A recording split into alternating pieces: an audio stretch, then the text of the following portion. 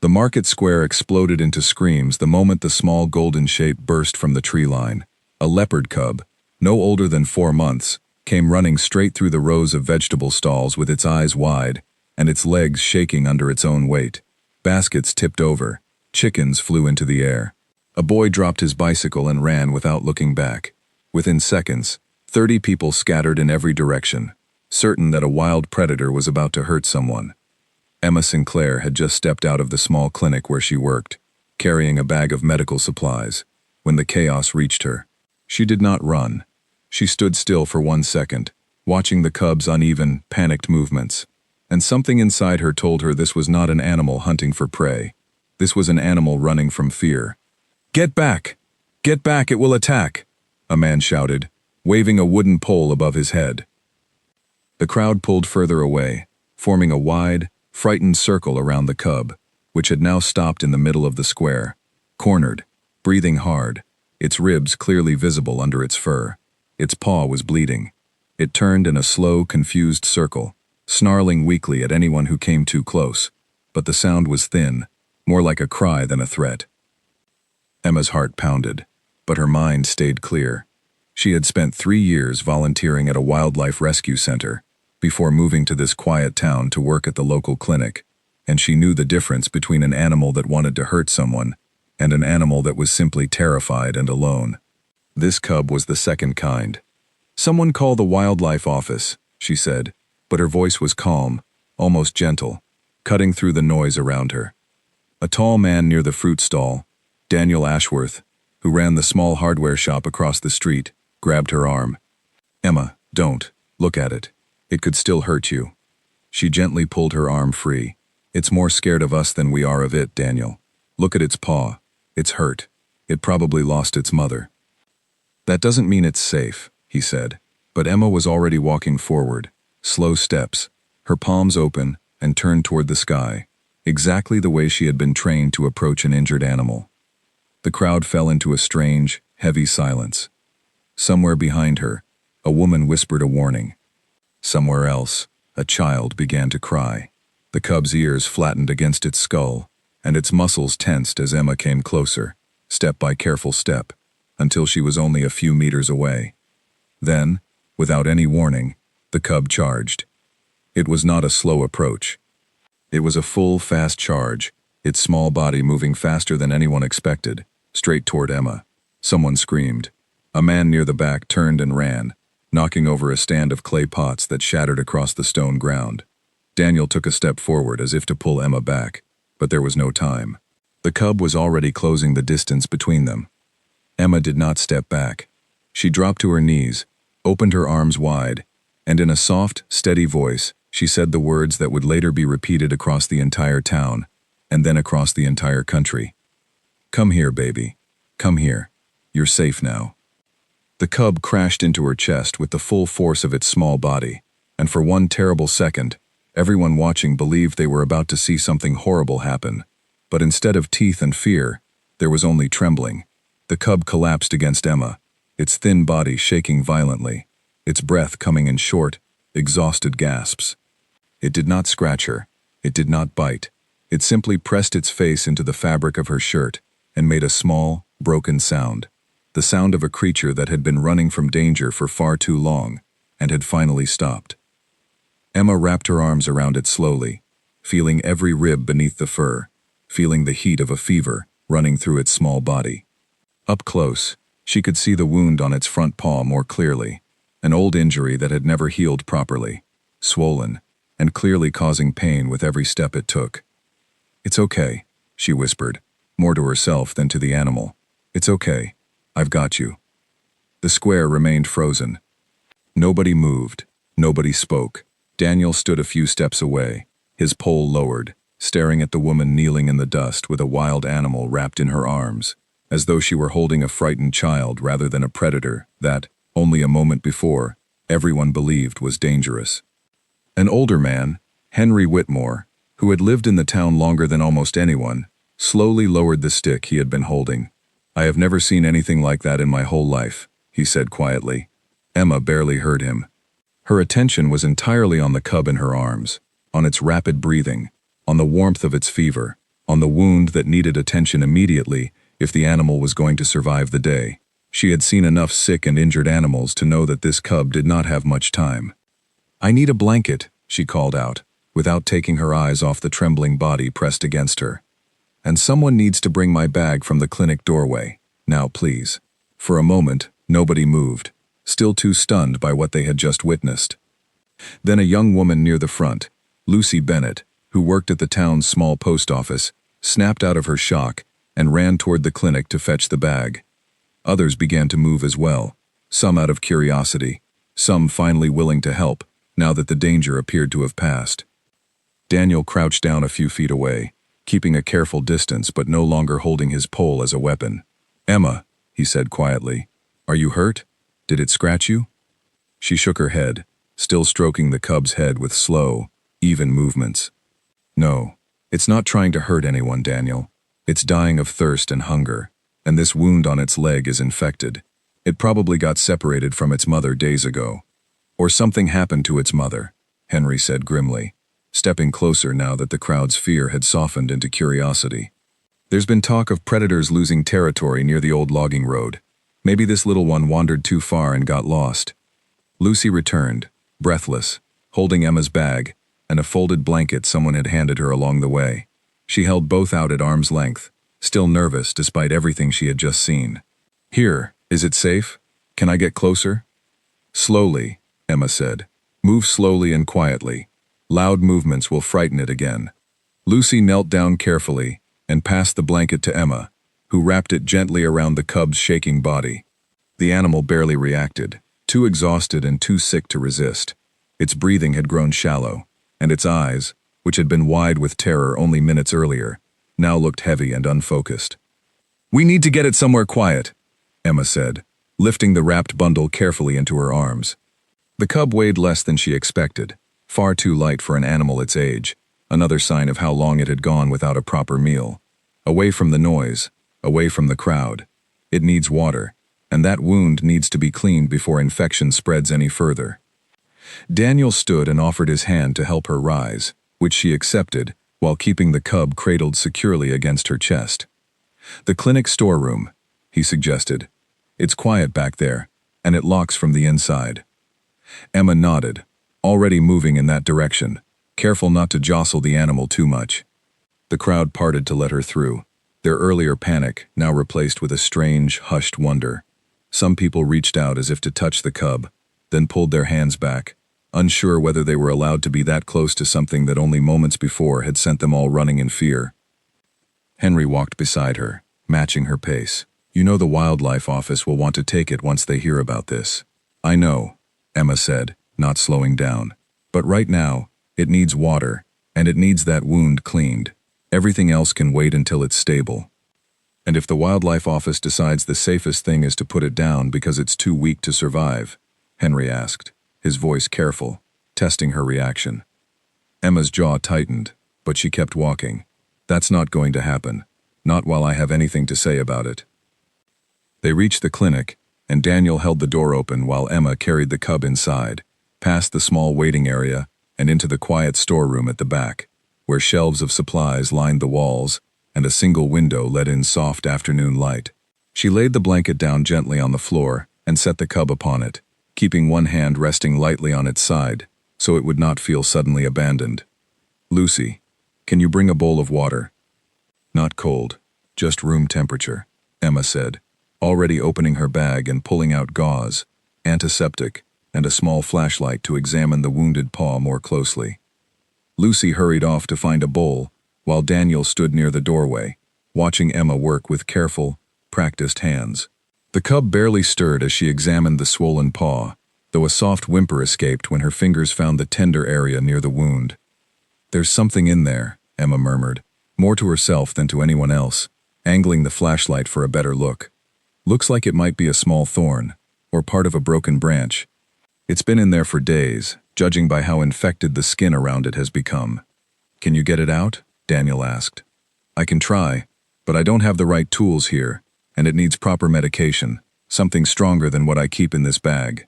Emma sat back slightly, thinking quickly. "There's a wildlife veterinarian, 2 towns over, at the reserve near the river. If we can stabilize it enough for the drive, she would know exactly what to do. Lucy returned with the bowl of water, setting it down carefully within reach.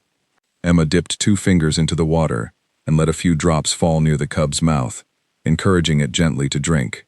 At first there was no response, but after a moment, a small pink tongue flicked out, tasting the moisture, and slowly, weakly, the cub began to drink on its own. "That's it," Emma whispered, relief loosening some of the tension in her shoulders. "That's it, baby. Just a little more." Outside the storeroom, word had already begun to spread through the town, faster than anyone could have predicted. People who had witnessed the charge in the market square were telling others, who were telling still more, and within the hour, a small crowd had gathered outside the clinic, whispering about the woman who had knelt down in front of a charging predator and called it forward with open arms, instead of running away like everyone else. Henry stood near the front door, doing his best to keep the growing crowd calm and at a respectful distance. "She needs quiet," he told them firmly. "The animal is sick, and quiet is what it needs most right now." Inside, Emma continued her careful work, cleaning the edges of the wound as gently as she could, while the cub grew calmer under her steady hands, its trembling slowly beginning to ease, as exhaustion pulled it toward sleep. She did not know yet what challenges lay ahead, what decisions would need to be made, or how many people would eventually have opinions about what should happen to this small, fragile life she now held responsibility for. She only knew one thing for certain as she watched the cub's eyes finally close in exhausted, uneasy sleep. She was not going to let this animal die, not after everything it had already survived just to reach her arms in the middle of a crowded, frightened square. "We're going to need that drive to the reserve sooner rather than later," she said quietly, glancing up at Daniel and Lucy, both of whom were watching the sleeping cub with expressions that had shifted entirely from fear to something closer to protective concern. "Its fever is getting worse. We don't have much time." Daniel nodded without hesitation. "I'll get my truck ready." Outside, the crowd continued to grow, word of the strange and remarkable event spreading from house to house, farm to farm, until even people who lived on the far edges of the town began making their way toward the clinic, just to see if the story could possibly be true. None of them yet realized that the events of this single afternoon were only the very beginning of a story that would soon reach far beyond the borders of their small town. A story that would test not only Emma's courage, but the entire community's willingness to protect a life that most of them had, only hours earlier, believed was something to fear. Daniel's truck rattled down the narrow dirt road that wound away from town, dust rising behind them in a thick brown cloud. Emma sat in the back seat with the cub wrapped snugly in the blanket across her lap, one hand resting on its chest to feel the rhythm of its breathing, counting each rise and fall, as though her own heartbeat depended on it. The fever had not broken. If anything, the small body beneath her hand felt warmer than it had an hour earlier. "How much further?" she asked, glancing toward the front seat. "Another 20 minutes if the river crossing hasn't flooded again," Daniel answered, gripping the wheel tightly as the truck bounced over a deep rut in the road. There was heavy rain up in the hills last night. Lucy, who had insisted on coming along despite Emma's suggestion that she stay behind, twisted around in her seat to look at the cub. "It's breathing so fast." "That's the fever," Emma said, keeping her voice steady, even though worry had settled deep into her chest. "And the infection. If we don't get that thorn out and start proper medication soon, it could spread through its whole system." Nobody spoke for a while after that. The truck continued along the winding road, past fields where farmers stopped their work to stare as the vehicle passed, word of the morning's events apparently having already reached even the most distant corners of the valley. A few farmers waved. One older man simply stood with his arms crossed, watching with an expression Emma could not quite read from a distance, somewhere between curiosity and suspicion. "That's Walter Higgins," Daniel said, noticing where Emma's attention had gone. "Lost 2 goats to a big cat last year. He's not going to be happy when he hears you're trying to save one."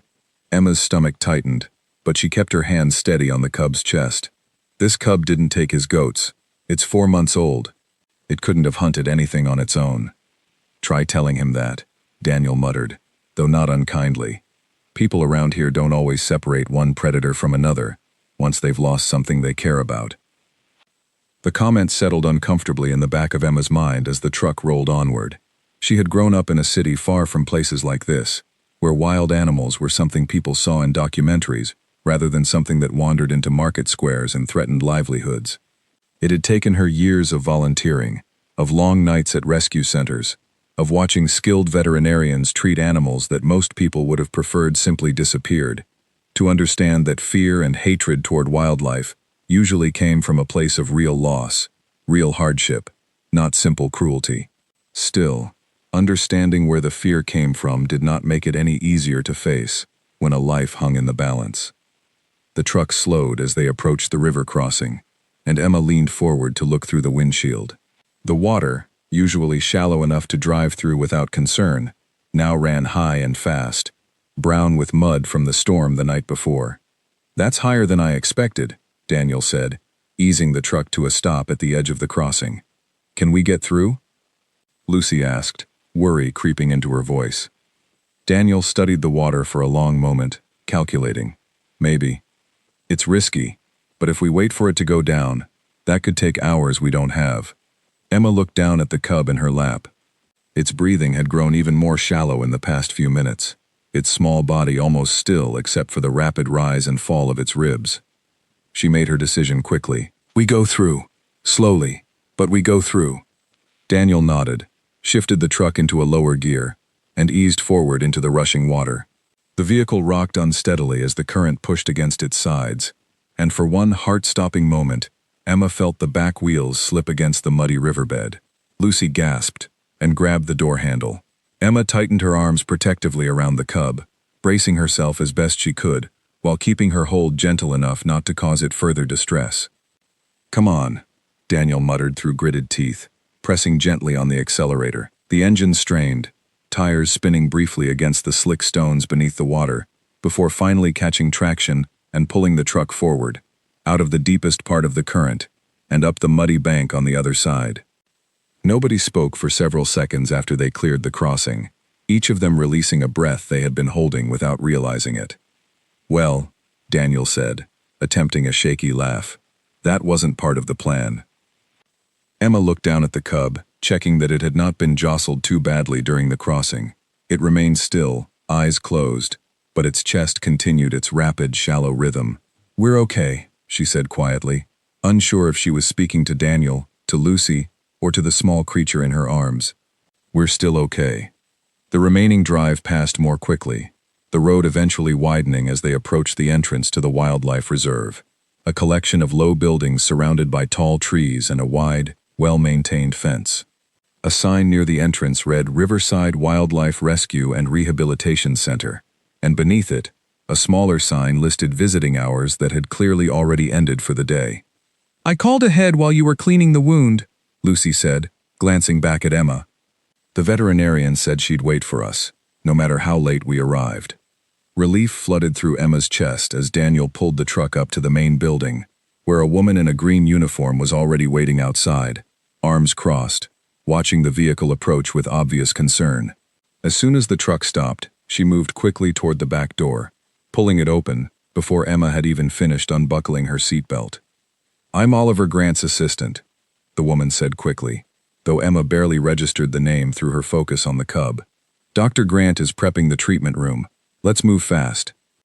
Emma carried the cub inside, following close behind the woman through a hallway lined with photographs of rescued animals, past examination rooms and storage closets, until they reached a bright, clean treatment room where a man in his 40s, silver beginning to streak through his dark hair, stood waiting beside a metal examination table.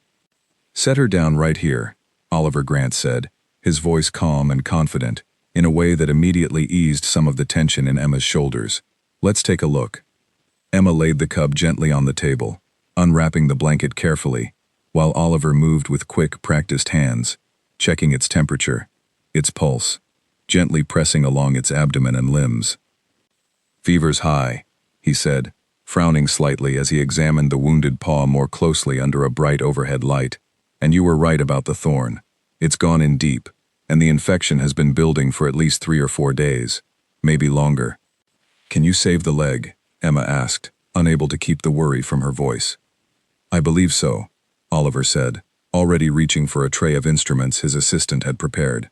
"But I won't lie to you, This little one is in rough shape. Malnourished, dehydrated, running a dangerously high fever. We're going to need to work quickly. Emma stepped back to give him room to work, though every part of her wanted to stay close, to keep her hand on the cub's chest, the way she had during the entire drive. Daniel placed a steady hand on her shoulder, and she realized only then how badly her own hands had begun to shake. "She's in good hands now," he said quietly. "You did everything right, Emma. From the moment it charged at you in the square, right up until this second, you did everything exactly right." Emma nodded, though her eyes remained fixed on the small, still form on the examination table, as Oliver and his assistant worked with quiet efficiency, administering fluids through a small tube, cleaning the wound with careful precision, preparing a sedative that would allow them to remove the deeply embedded thorn without causing the cub further pain. "This is going to take some time," Oliver said without looking up from his work. "There's a waiting area down the hall, with chairs and coffee. I promise I'll come find you the moment there's any change." Lucy gently touched Emma's arm. "Come on. Standing here won't make it go faster, and you look like you haven't eaten anything since this morning." Reluctantly, Emma allowed herself to be led out of the treatment room and down the hallway to a small waiting area, furnished with worn but comfortable chairs, and a low table scattered with old magazines about wildlife conservation. She sank into one of the chairs, suddenly aware of just how exhausted the day had left her, both physically and emotionally. "You really weren't afraid, were you?" Lucy asked after a few minutes of silence, settling into the chair beside her. "When it charged at you? Everyone else ran, but you just knelt down." Emma considered the question carefully before answering. "I was afraid," she admitted, "but not of the cub. I was afraid of what would happen to it if nobody stepped forward. Animals that panicked people don't usually get a chance to be understood. They just get chased away, or worse, before anyone stops to ask why they're behaving that way in the first place." "How did you know it wasn't actually dangerous?" Daniel asked, taking a seat across from them. "I didn't know for certain," Emma said honestly. "But everything about the way it moved told me it wasn't hunting. Its ears were back. Its tail was tucked. It kept looking behind itself as if something was chasing it. That's not how a predator behaves when it's trying to catch prey. That's how an animal behaves when it's terrified and has nowhere left to run." The conversation drifted into a comfortable, tired quiet after that, each of them lost in their own thoughts as the minutes stretched into an hour, and then longer. Outside the window, the afternoon light began shifting toward evening, casting long golden shadows across the reserve's carefully maintained grounds. Finally, the door to the waiting area opened, and Oliver Grant stepped through, pulling off a pair of surgical gloves, his expression difficult to read. Emma stood immediately, her heart climbing into her throat. "Is she okay?" Oliver allowed a small, tired smile to spread across his face. "The thorn is out.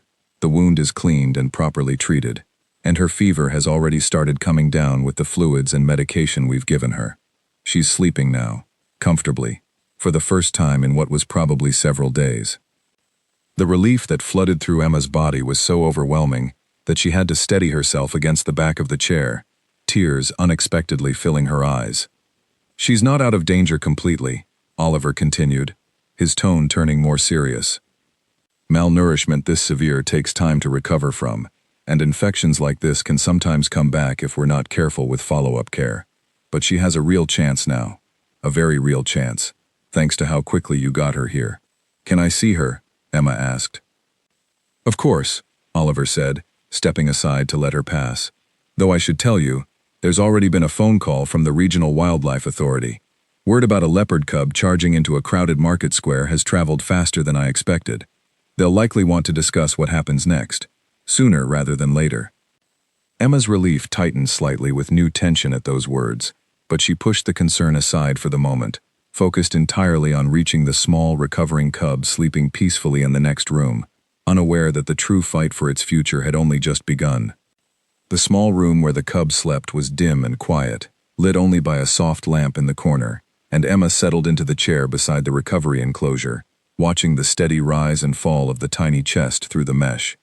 For the first time since the market square, the cub looked peaceful, its paw wrapped in clean bandages, a thin tube delivering fluids that would help rebuild the strength its body had lost over days of wandering alone. "She's beautiful," Emma whispered, reaching 2 fingers through the mesh to gently stroke the fur along its back.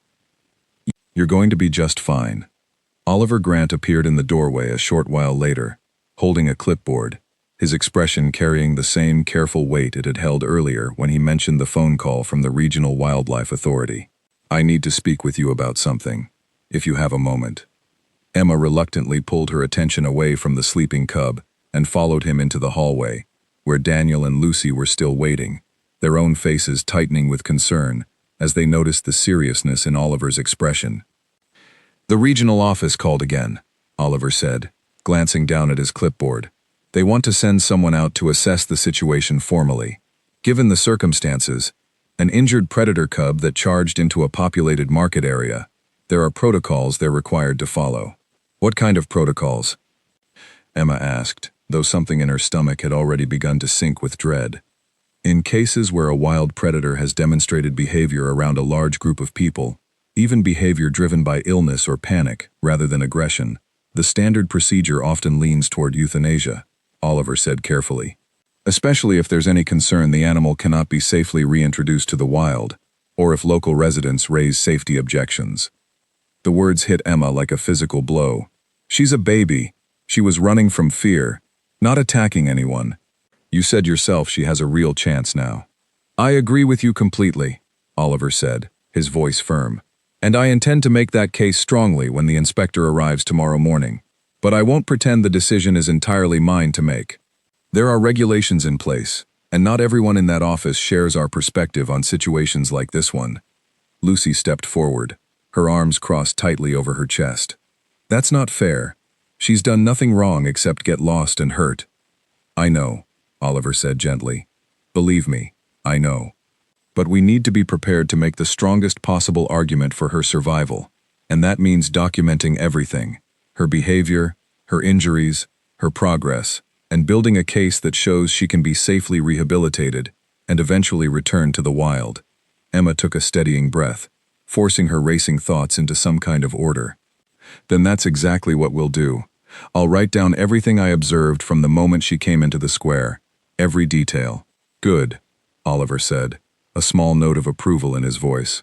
"That kind of first-hand account will matter a great deal. In the meantime, she needs rest, and so do all of you. There's a small guest house on the property where visitors sometimes stay. I'd recommend getting some sleep. Tomorrow is going to be a long day." None of them slept particularly well that night, despite the comfortable beds in the small guest house tucked among the trees near the reserve's main buildings. Emma lay awake for hours, staring at the ceiling, running through every detail of the day, searching her memory for anything that might help convince the inspector that the cub deserved a chance rather than a quick, convenient end to what everyone had already begun calling an inconvenient situation. By the time morning arrived, gray light filtering through thin curtains, Emma had already showered and dressed and made her way back toward the treatment room before anyone else had even stirred in the guest house. She found Oliver already there, checking on the cub, which had lifted its head slightly at the sound of the door opening, ears perking with an alertness that had been completely absent the day before. "She's stronger this morning," Oliver said, a genuine smile crossing his tired face. "Fever's nearly gone, and she took a little food during the night." Relief washed through Emma at the news, though it did little to ease the nervous energy sitting heavy in her chest as she thought about the inspector's impending arrival. "What time is the inspector supposed to get here?" "Within the hour," Oliver said. "I've already prepared my medical notes. If you have your written account ready, that would help strengthen things considerably." Emma nodded and pulled a folded sheet of paper from her pocket, pages she had filled during the sleepless hours of the night, describing in careful detail everything she had witnessed and understood about the cub's behavior, from its terrified posture in the market square to the malnourishment and infection that had clearly been building for days before anyone found it. Daniel and Lucy arrived shortly after, both looking as though they had slept little better than Emma had, and the small group gathered in the reserve's front office to wait for the inspector's arrival. When the vehicle finally pulled into the gravel driveway outside, a woman stepped out, carrying a briefcase and wearing an expression that gave away nothing about her intentions. "Dr. Grant," she said, shaking Oliver's hand briskly, "I understand there's quite a story surrounding this particular case." "There is," Oliver said, gesturing for her to follow him toward the treatment room. And I think once you see her condition and hear the full account of what happened, you'll understand why we're advocating so strongly for her continued care." The inspector examined the cub carefully, reviewing Oliver's medical notes, asking pointed questions about the timeline of the infection, the severity of the malnourishment, and the specific circumstances surrounding the incident in the market square. Emma answered every question as thoroughly and calmly as she could manage, despite the anxious pounding of her heart, describing the cub's frightened posture, its clear signs of illness and pain, and the complete absence of any genuine aggression throughout the entire encounter. "You knelt down in front of a charging wild predator," the inspector said, studying Emma with an unreadable expression. "That's generally considered an extremely unsafe action, regardless of the outcome." "I understand how it looks," Emma said carefully. "But I've spent years working with injured and frightened animals. I recognized the signs immediately. This wasn't predatory behavior. It was panic." The inspector was quiet for a long moment, flipping back through her own notes before finally looking up. "The regulations are clear about predator cubs that have demonstrated close contact with populated areas. Ordinarily, given the risk assessment, the recommendation leans strongly toward euthanasia, particularly for an animal this young, that would require extensive rehabilitation before any consideration of release." The word landed heavily in the quiet room, and Emma felt her chest tighten painfully. "Please," she said, unable to keep the desperation from her voice. "Give her a chance. Give us a chance to prove she can be rehabilitated safely. I'll take full responsibility for her ongoing care and monitoring, if that's what's required." The inspector studied her for a long moment, then turned toward Oliver. "Dr. Grant, what is your professional assessment of this cub's potential for successful rehabilitation and eventual release?" "Strong," Oliver said without hesitation. "Her injuries, while serious, are entirely treatable, and I've seen no behavioral indicators that would prevent a successful return to the wild once she's old enough and strong enough.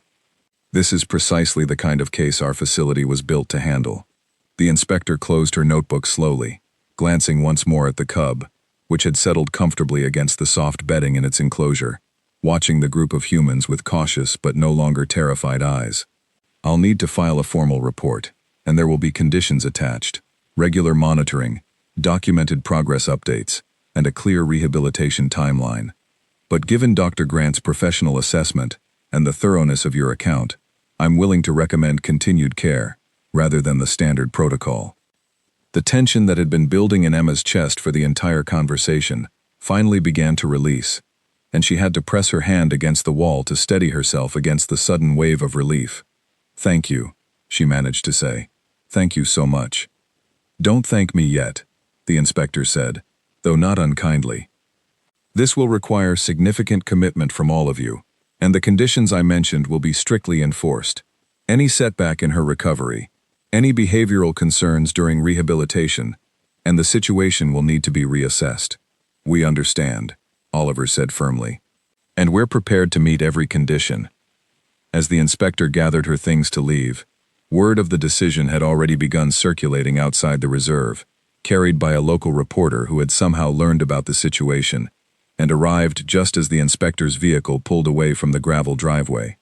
Within hours, a short article appeared online, describing the incident in the market square and the ongoing effort to save the young leopard's life, accompanied by a photograph someone had captured on their phone during the original chaos, showing Emma kneeling in the dust with her arms wrapped around the trembling cub. The story spread faster than anyone expected. By the following morning, Emma's phone was filled with messages from people she had never met, some offering support and encouragement, others expressing anger and disbelief that anyone would risk their safety for a wild predator. Comments beneath the article ranged from admiration to harsh criticism, and Emma found herself needing to set the phone aside entirely just to focus on the tasks in front of her. The most difficult confrontation came 3 days later, when Walter Higgins arrived at the reserve unannounced, his truck kicking up dust as it pulled into the driveway with more force than necessary. Emma was in the treatment room, helping Oliver's assistant prepare the cub's midday feeding, when Lucy hurried in to warn her that the farmer had arrived and did not look happy. Emma stepped outside to find Walter standing near his truck, arms crossed, his weathered face set in hard, unforgiving lines. "I heard you're keeping that thing alive," he said without any greeting. The one that's been running loose, scaring people half to death. She was never a danger to anyone, Emma said, keeping her voice steady, despite the tightness in her chest. She's 4 months old, malnourished, and was recovering from an infected wound. She wasn't hunting. Doesn't matter what she was doing, Walter said sharply. I lost 2 goats last year to something exactly like her, all grown up and hungry. You save this one now, you're just raising the next threat to my livestock. That's not fair, Lucy said, stepping forward despite Emma's hand raised gently to keep her back. She's a baby who lost her mother. She's not the animal that hurt your goats. Doesn't matter whose baby she is, Walter shot back, though his voice carried more weariness than true anger now. Out there, she'll grow up and she'll hunt, same as any of them do. Emma took a slow breath, trying to find the right words to reach the frustration and genuine fear she could hear underneath the farmer's harsh tone. Mr. Higgins, I understand your losses were real, and I understand your fear is real too. But punishing an innocent, injured cub for what happened to your goats won't bring them back, and it won't make your farm any safer going forward. What actually helps is working with the reserve on proper fencing, on understanding predator behavior in this area, on finding ways for farms and wildlife to exist without conflict. Walter was quiet for a long moment, his hard expression softening only slightly, though enough that Emma could see the argument had at least reached him, even if he wasn't ready to fully accept it. I'm not saying I agree with what you're doing, he finally said. But I suppose a sick baby cub in a cage somewhere isn't exactly the same threat as a full-grown predator prowling near my fences. No, Emma said gently, it isn't. Walter shifted his weight, glancing briefly toward the treatment room windows before looking back at Emma. You really weren't afraid, kneeling down like that in front of it? I was afraid, Emma admitted honestly, echoing the same answer she had given Lucy days earlier. But more afraid of what would happen if nobody stepped forward than of what the cub might do. Walter grunted, something that might have been the beginning of respect flickering briefly across his features before he turned back toward his truck. Well, I suppose we'll see how this all turns out. He paused before climbing into the driver's seat. If that reserve of yours is serious about better fencing for the farms out this way, you can tell Dr. Grant I might be willing to listen. As his truck pulled away, kicking up another cloud of dust along the gravel driveway, Emma allowed herself a small, tired smile. It was not forgiveness, not yet, and certainly not friendship, but it was a small crack in the wall of fear and resentment that had surrounded the entire situation since the moment the cub first ran into the market square. It was, perhaps, the beginning of something better for everyone involved, farmers and wildlife alike, though there remained a long road ahead before that possibility could become fully real.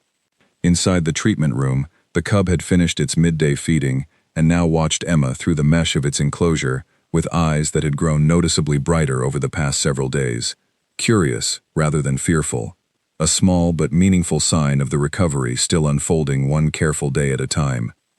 6 weeks passed before Emma finally allowed herself to believe the cub was truly out of danger. The infection had cleared completely, the wound on her paw had healed into a small, barely visible scar, and the once painfully thin body had filled out with steady, healthy weight gained through careful feeding and attentive care. Lucy had started calling her Willow during those early days of recovery, a name that seemed to fit the small creature's gentle, resilient nature, and the name had stuck so firmly that even Oliver Grant used it now in his official medical notes. She's putting on weight faster than I expected, Oliver said one afternoon, reviewing his latest measurements while Willow paced curiously around the larger enclosure she had been moved into once her strength returned. At this rate, she'll be ready for the next phase of rehabilitation within a month or two. Emma watched through the fence as Willow investigated a fallen branch someone had placed in the enclosure, sniffing it thoroughly before batting at it with one paw, a small, playful gesture that would have been impossible during those first frightening days at the reserve. What does the next phase involve? Reduced human contact, Oliver said, and something in his tone made Emma's stomach tighten with anticipation of what was coming. If we want her to have any real chance at a successful wild release, she needs to stop associating humans with safety and comfort.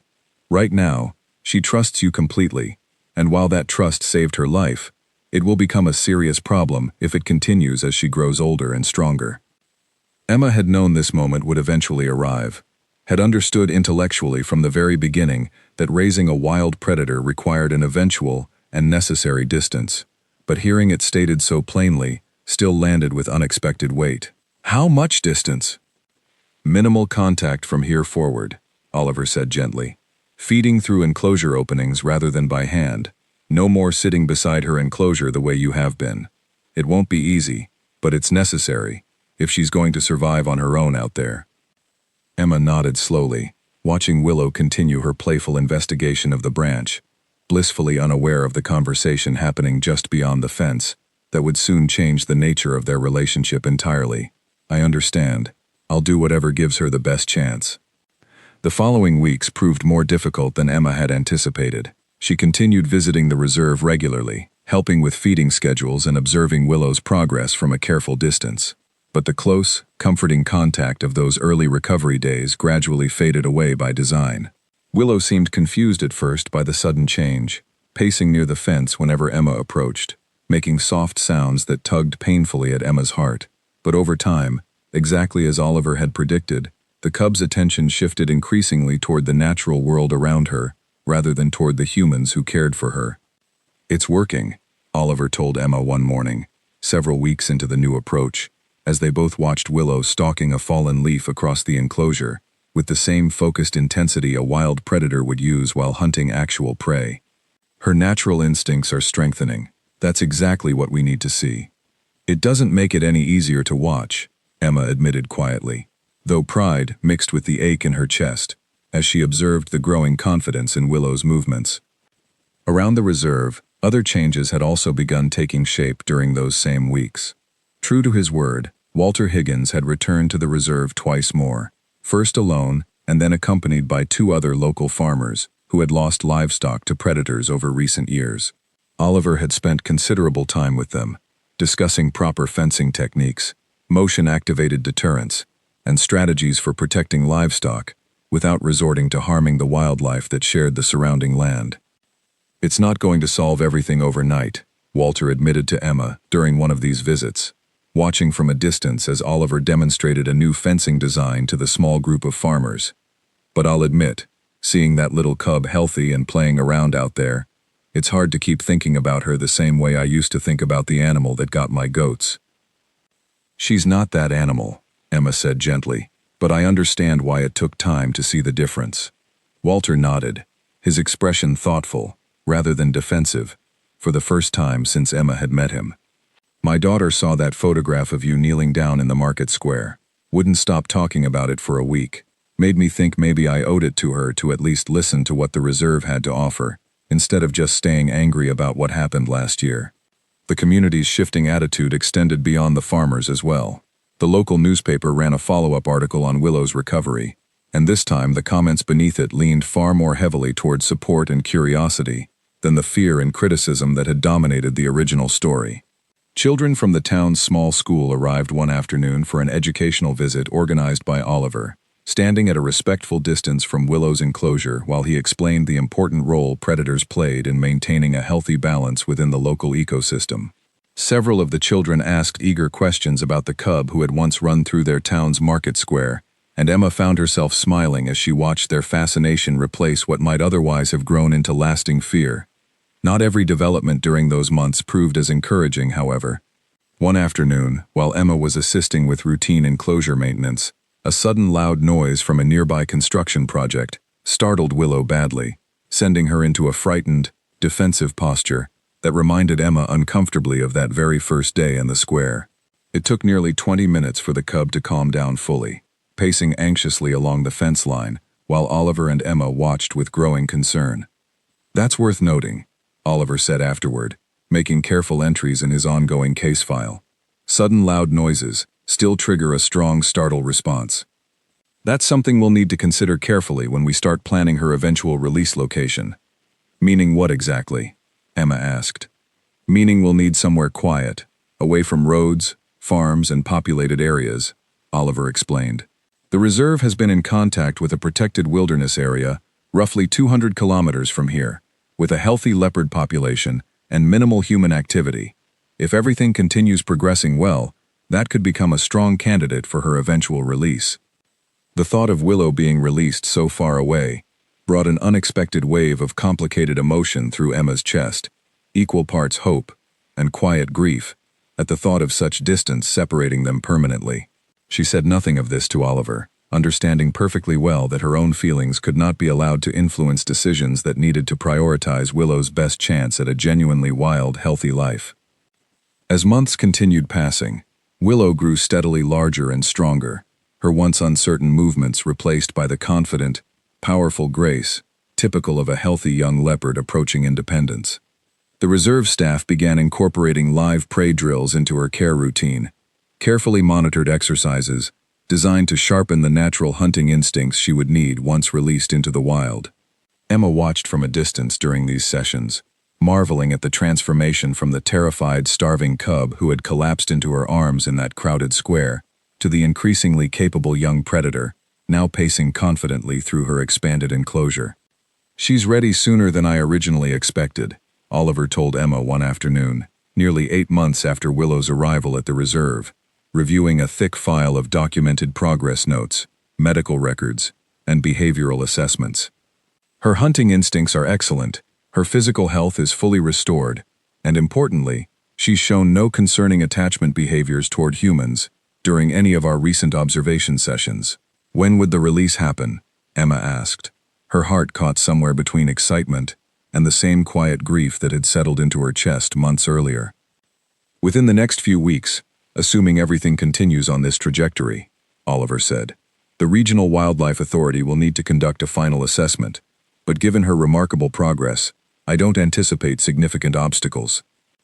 Word of the upcoming release spread quickly through the town once again, generating renewed interest from the same community that had once watched in terrified silence as Willow charged through their market square, and later watched in cautious curiosity as her recovery unfolded week after week at the reserve.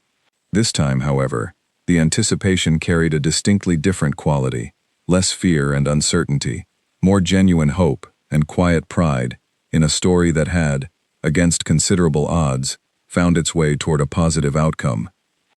Walter Higgins, of all people, was the one who suggested organizing a small community gathering to mark the occasion, an idea that surprised Emma considerably when Oliver first mentioned it to her. "He wants to bring his daughter," Oliver explained. "Says she's been asking non-stop about the cub from the market square. Wants to see her before she goes back to the wild." "That's quite a change," Emma said, unable to keep the note of genuine surprise from her voice. "People can change," Oliver said simply, "when they're given the chance to see things differently."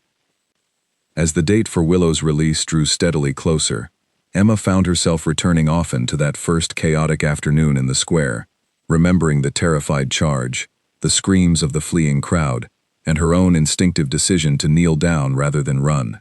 She thought about how easily things could have turned out differently, how close Willow had come to losing her life not once but multiple times throughout the months that followed, and how much had changed within the town itself as a direct result of one small, frightened cub choosing, in her desperation, to run toward the one person willing to open her arms instead of turning away. Whatever challenges remained ahead, whatever uncertainty existed about how Willow would fare once finally returned to the wild, Emma felt a deep and steady confidence that the cub had been given every possible chance at the healthy, independent life she deserved. A chance that had once seemed impossibly unlikely on that first terrifying afternoon, when an entire town ran from a small, starving predator who had simply been looking, in the only way she knew how, for somewhere safe to finally stop running.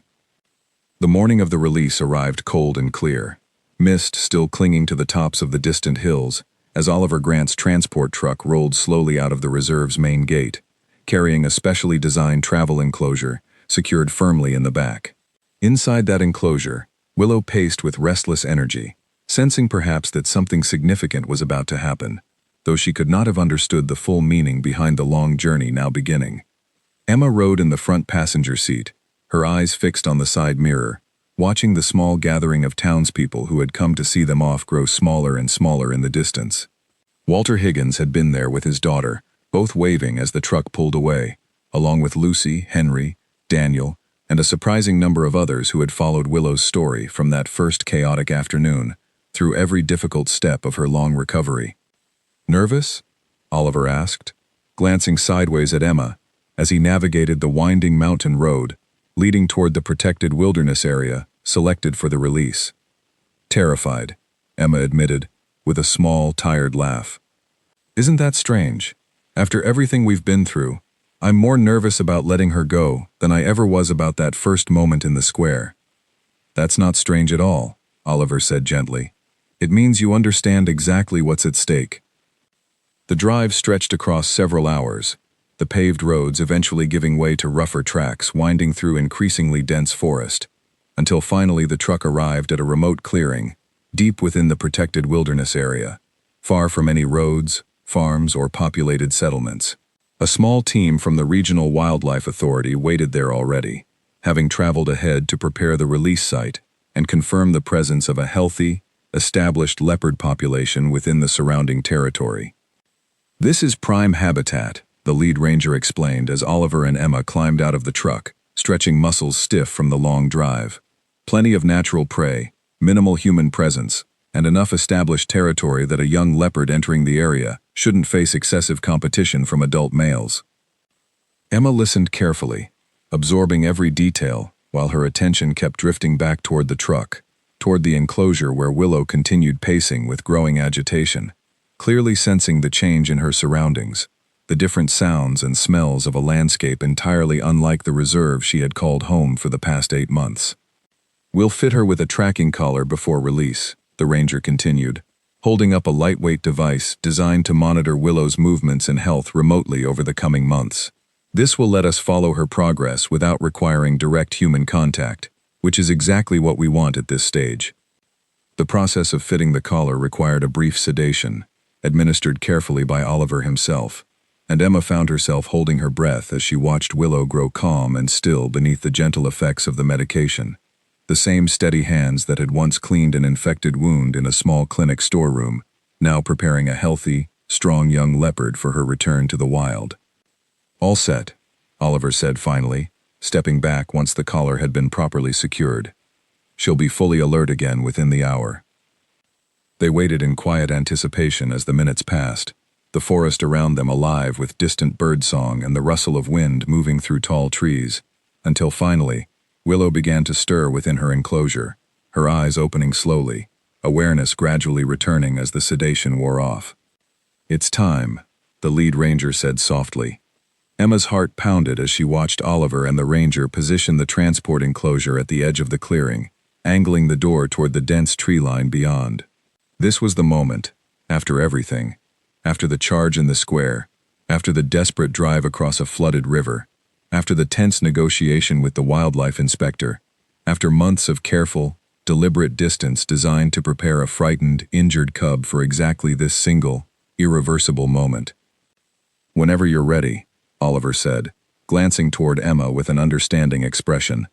Emma stepped forward slowly, positioning herself a careful distance from the enclosure door, close enough to witness this final moment, but far enough to avoid triggering the very attachment behaviors they had worked so hard to minimize over the preceding months.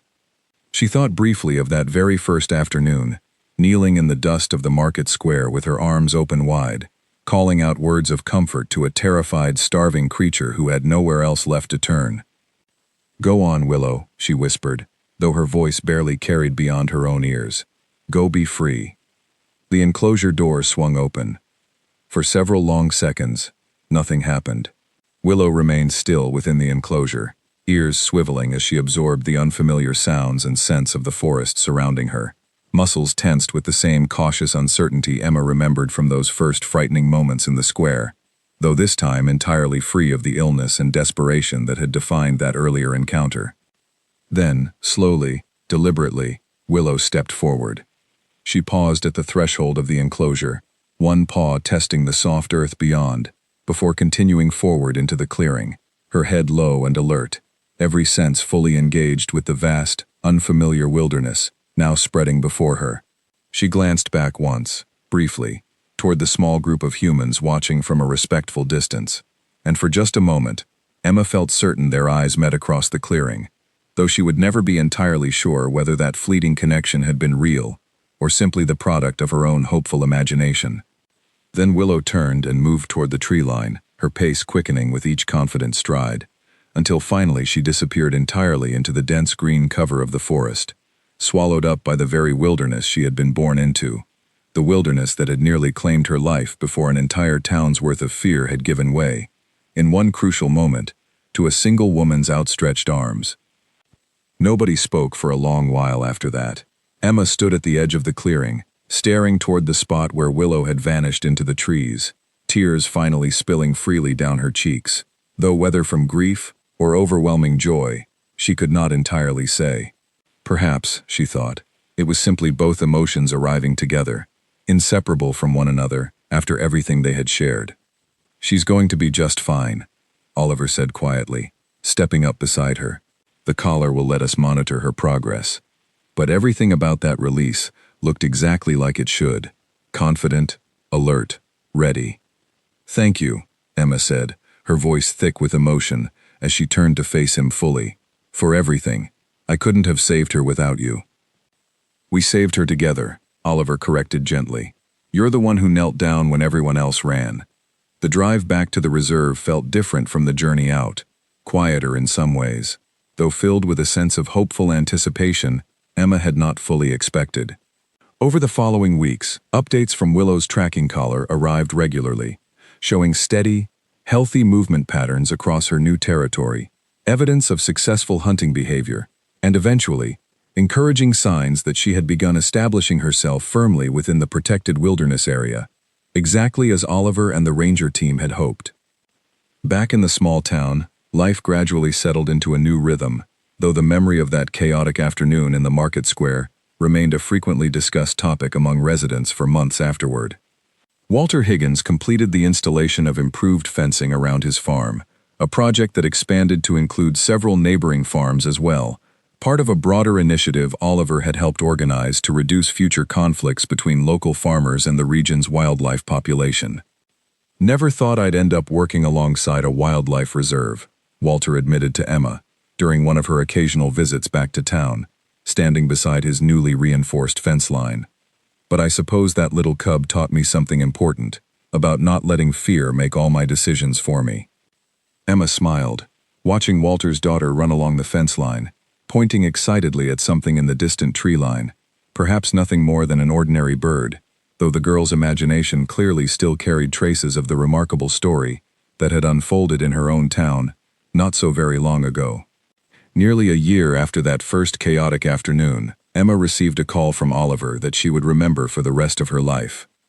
The tracking data showed something extraordinary, evidence that Willow, now fully grown and thriving within her wilderness territory, had successfully raised a litter of her own cubs, continuing a cycle that had once nearly been cut tragically short in the middle of a crowded, frightened market square. "She made it," Emma said quietly into the phone, overwhelmed by a wave of emotion she had not fully anticipated. "She really made it." "She more than made it," Oliver said, unable to hide the pride in his own voice. "She's thriving, exactly the way we always hoped she would." News of Willow's continued success eventually made its way back to the town as well, and the story that had begun with panic and fear in a crowded square had, over the course of a single remarkable year, transformed into something the entire community had come to embrace with genuine pride. Local schools began incorporating Willow's story into lessons about wildlife conservation, teaching children about the importance of understanding animal behavior, rather than reacting purely out of fear. The reserve saw a notable increase in visitors and volunteers, many of them inspired directly by the story of the small, terrified cub who had once run through their town's market square, and the woman who had chosen compassion over fear in a single, decisive, life-changing moment. Emma herself continued her work at both the local clinic and, increasingly, alongside Oliver at the wildlife reserve, her growing expertise in wildlife rescue eventually leading her to take on a more permanent role, helping coordinate the reserve's ongoing rehabilitation programs. She often found herself reflecting on that pivotal afternoon whenever a new, frightened animal arrived at the reserve requiring careful, patient care, remembering always the lesson she had learned so vividly in that crowded square, that fear, however understandable, so often prevented people from recognizing the difference between genuine danger and simple, desperate suffering. Years later, when people in town told the story of the leopard cub that had once charged through their market square, they no longer described it as a moment of terror and panic. Instead, they spoke of it as the moment their entire community learned something important about courage, about compassion, and about the remarkable difference a single person's willingness to step forward, rather than run away, could ultimately make, not only for one small, frightened creature desperately searching for safety, but for an entire town's understanding of the wild world existing just beyond their doorsteps. And somewhere, deep within the protected wilderness she now called home, Willow continued moving confidently through the territory she had claimed as her own, teaching her own cubs the skills they would need to survive and thrive, entirely unaware of just how remarkable her own journey back to that wilderness had truly been, or of the single, unforgettable moment when an entire town had run in fear, and one woman alone had knelt down, opened her arms, and simply said, "Come here, baby."